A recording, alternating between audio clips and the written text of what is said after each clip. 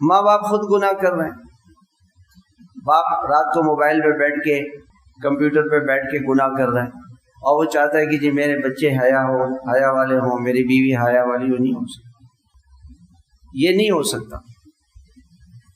پہلے خود ماں باپ کو گناہوں سے بچنا پڑے گا. ہماری فجر کی نماز قضا ہو رہی ہے، ہم اللہ تعالیٰ کے اتنے بڑے حکم کو توڑ رہے ہیں، اولاد کیسے فرما بردار؟ جو لوگ حرام کماتے ہیں نا، حرام کمائی ان کے گھر میں آتی ہے، ان کی زندگی بڑی تنگ ہوتی ہے. رشوت، سود، جھوٹ، دھوکہ، چوری کا مال گھر میں آ رہے ہیں نا، اولاد کبھی فرما بردار نہیں. وہ مصیبتیں، بلائیں، آفتیں آئیں گی. حرام مال تو مصیبت لے کر آتی، پریشانی لے کر آتی. جھوٹ ہمیشہ پریشانی لے کر آئے، کبھی اس گھر میں سکھ نہیں آ سکتا.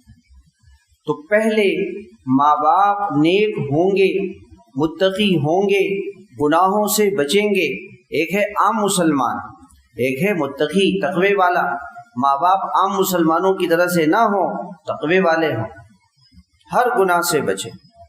ماں باپ کے دل میں اللہ کا خوف ہو، اللہ کا ڈر ہو، جہنم کی آگ سے بچنے کی فکر ہو، تو اولاد ایسی ہو.